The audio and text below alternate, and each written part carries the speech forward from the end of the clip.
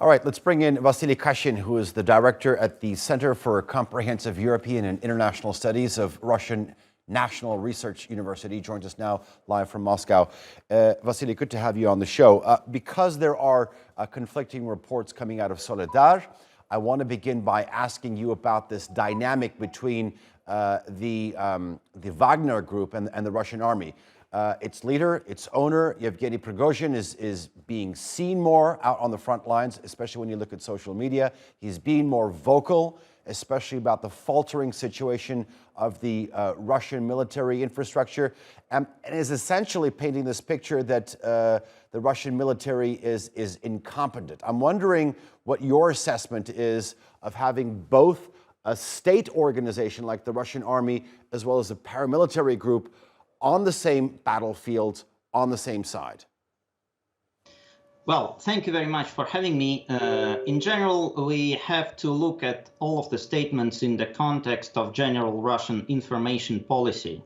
And this policy is very specific. Russian government is encouraging criticism and whistleblowing when it is founded. And it's not the first case when one official or military leader criticizes another one. It's quite common in today's Russian military.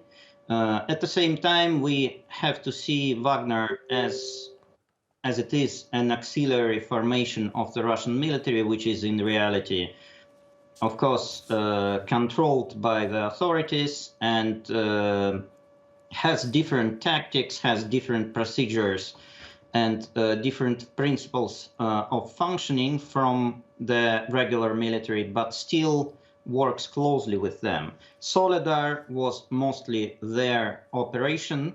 On the ground, they were the only ones present. And basically what they said, they never said that they completely took Soledar. They said that they had in general the town under control, and that they had a number of Ukrainian troops surrounded in the center of the town. They claimed that they had about 1 battalion surrounded, so they themselves confirmed that fighting inside of the city continued. Oh. So the battle is going on, but it's probably going towards conclusion.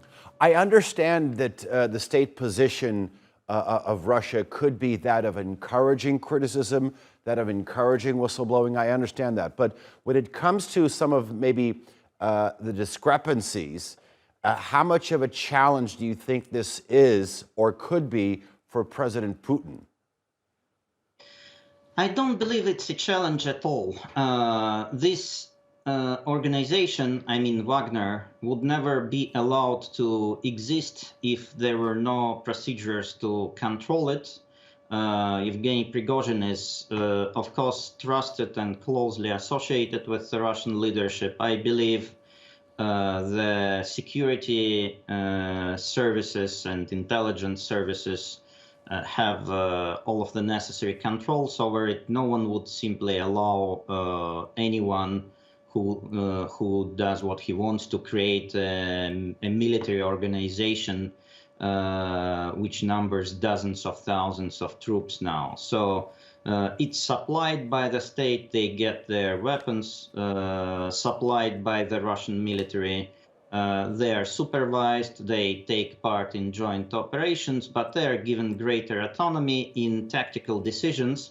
In a sense, they are a kind of testing ground for new tactics and new procedures, including new command procedures, and later their experience is being encouraged for introduction into the Russian military. It's important to understand that currently there is a huge process of transition within the Russian military. It's undergoing deep change while fighting the war. Yeah. And what Russian government is trying to do is to streamline this transition, make it faster, and Wagner is part of this effort. And we've seen evidence of that in terms of repositioning certain senior, high-ranking Russian military officials. Vasily, I want to sort of switch gears with you a little bit. About 5-6 weeks ago, news had surfaced that the United States was finally willing to actually provide the Patriot missile defense systems to Ukraine, which Ukraine had pretty much been wanting since the beginning of this conflict 11 months ago. I'm wondering, with about 100 troops possibly heading out to Oklahoma to receive training for this, what do you think? Is there going to be any change in terms of Russia's position, or is it any weapons provided by the West is a legitimate target for us in Ukraine? So, first of all, we need to understand that Ukraine entered this war as a country with one of the most developed, one of the strongest air defense systems in the world. At the beginning of war, Ukraine had about 33 batteries of S-300. Of course, these were 1918 era S-300s. Not the newest types of them, but still very lethal, very dangerous SAM systems. The problem is that Ukraine never produced surface-to-air missiles. They were entirely reliant on huge, absolutely immense Soviet-era stockpile of missiles. Now they are running out of surface-to-air missiles, and besides, I believe about half or more of their S-300s are already destroyed by the Russians. And this system is absolutely critical for survival of the Ukrainian military. It was a matter of time when the Americans would start to replace it with their own system. Basically, one battery of Patriots or two batteries. Now we talk about two batteries, another coming from Germany.